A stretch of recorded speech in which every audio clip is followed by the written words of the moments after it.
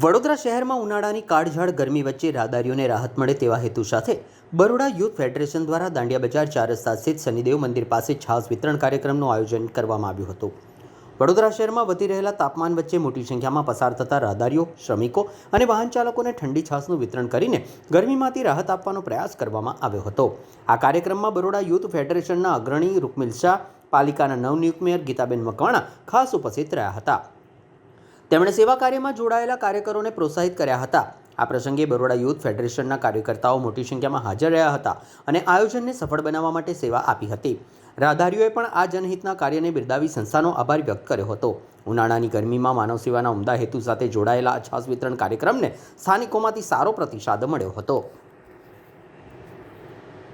आज Baroda youth federation की ओर से अकोटा दांडिया बाजार ब्रिज स्थित छाछ वितरण का आयोजन रखा गया है, जिसमें वडोदरा शहर के महापौर आदरणीय श्रीमती गीताबेन जी खास उपस्थित रही है और हमारे सेवाकीय कार्य में सहभागी हुए।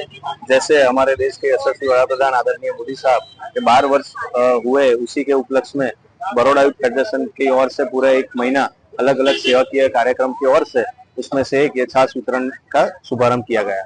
क्या नाम आपका? रुकमिल शाह, बड़ौदा यूथ फेडरेशन।